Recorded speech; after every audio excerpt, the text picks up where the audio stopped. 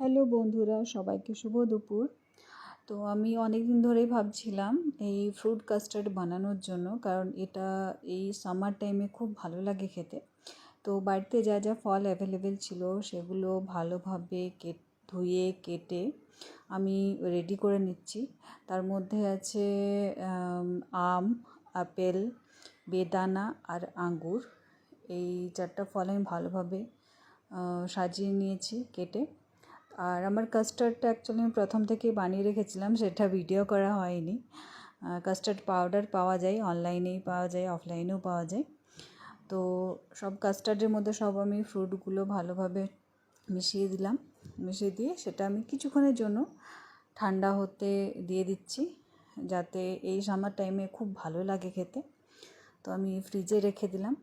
ফ্রিজে রেখে দেওয়ার পর একটু হালকা ঠান্ডা হয়ে যাওয়ার পর আমি বের করে নেব। তো নাও এটা রেডি হয়ে গেছে, তোমরা দেখতেই পাচ্ছ সবাই।